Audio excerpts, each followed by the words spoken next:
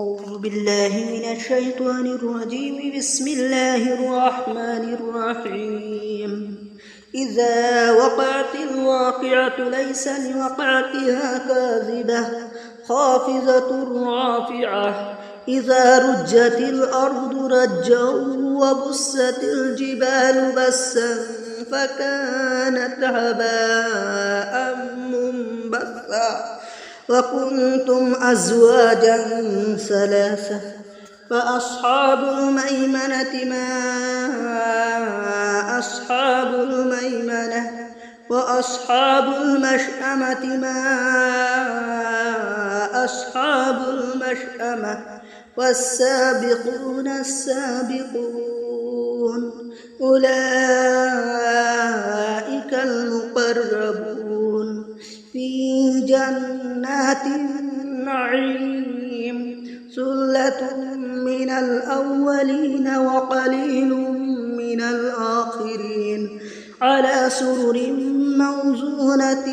متكئين عليها متقابلين يطوف عليهم ولدان مخلدون بأكواب وأبارك وكأس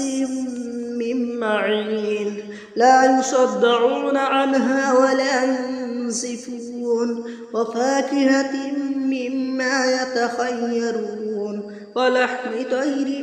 مما يشتهون وحور عين كأمثال اللؤلؤ المكنون جزاء بما كانوا يعملون. لا يسمعون فيها لغوا ولا تأثيما إلا قيلا سلاما سلاما. وأصحاب اليمين ما أصحاب اليمين في سدر مخضود وطلح ممدود وظل ممدود وماء مسكوب وفاكهة كثيرة لا مقطوعة ولا ممنوعة وفرش مرفوعة. إنا أنشأناهن إنشاء فجعلناهن أبقارا عربا أترابا لأصحاب اليمين. ثلة من الأولين وثلة من الآخرين. وأصحاب الشمال ما أصحاب الشمال في سموم وحميم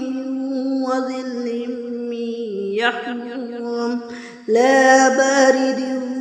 ولا كريم إنهم كانوا قبل ذلك مترفين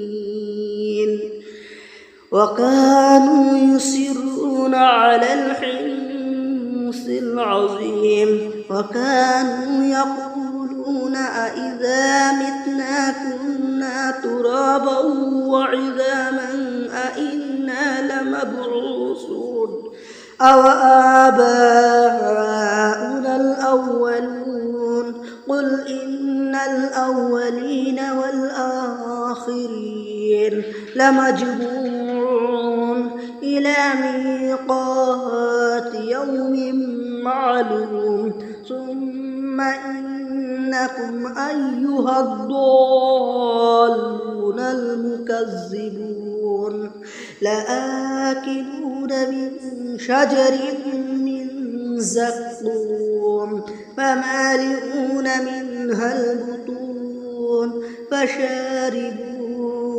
عليه من الحميم فشاربون شرب الهيم هذا نزلهم يوم الدين نحن خلقناكم فلولا تصدقون أفرأيتم ما تمنون أأنتم تخلقونه أم نحن الخالقون نحن قدرنا بينكم الموت وما نحن بمسبوقين على أن نبدل أمثالكم وننشئكم فيما لا تعلمون ولقد علمتم النشأة الأولى فلولا تذكرون أفرأيتم ما تحرثون أأنتم تزرعونه أم نحن الزارعون لو نشاء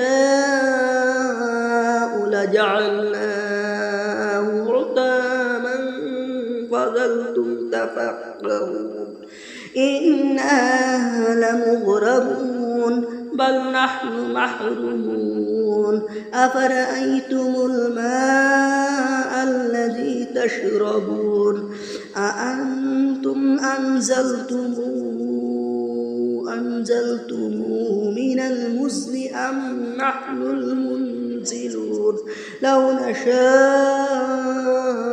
جعلناه أجاجا فلولا تشكرون أفرأيتم النار التي تورون أأنتم أنشأتم شجرتها أم نحن المنشئون نحن جعلناها تذكرة ومتاعا للمقوين فسبح باسم ربك العظيم فلا أقسم بمواقع النجوم وإنه لقسم لو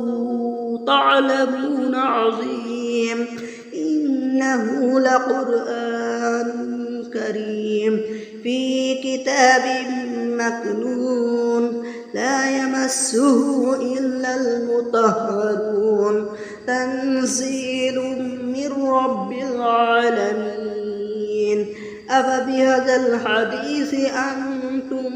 مدهنون وتجعلون رزقكم أنكم تكذبون فلولا إذا بلغت الحلقوم أأنتم حينئذ تنظرون ونحن أقرب إليه منكم ولكن لا تبصرون فلولا إن كنتم غير مدينين ترجعونها إن كنتم صادقين فأما إن كان من المقربين فروح وريحان وجنات نعيم وأما إن كان من أصحاب اليمين فسلام لك من أصحاب اليمين وأما إن كان من المكذبين الضالين فنزل من حميم وتصلية جحيم إن هذا لهو الحق اليقين فسبح باسم ربك العظيم صدق الله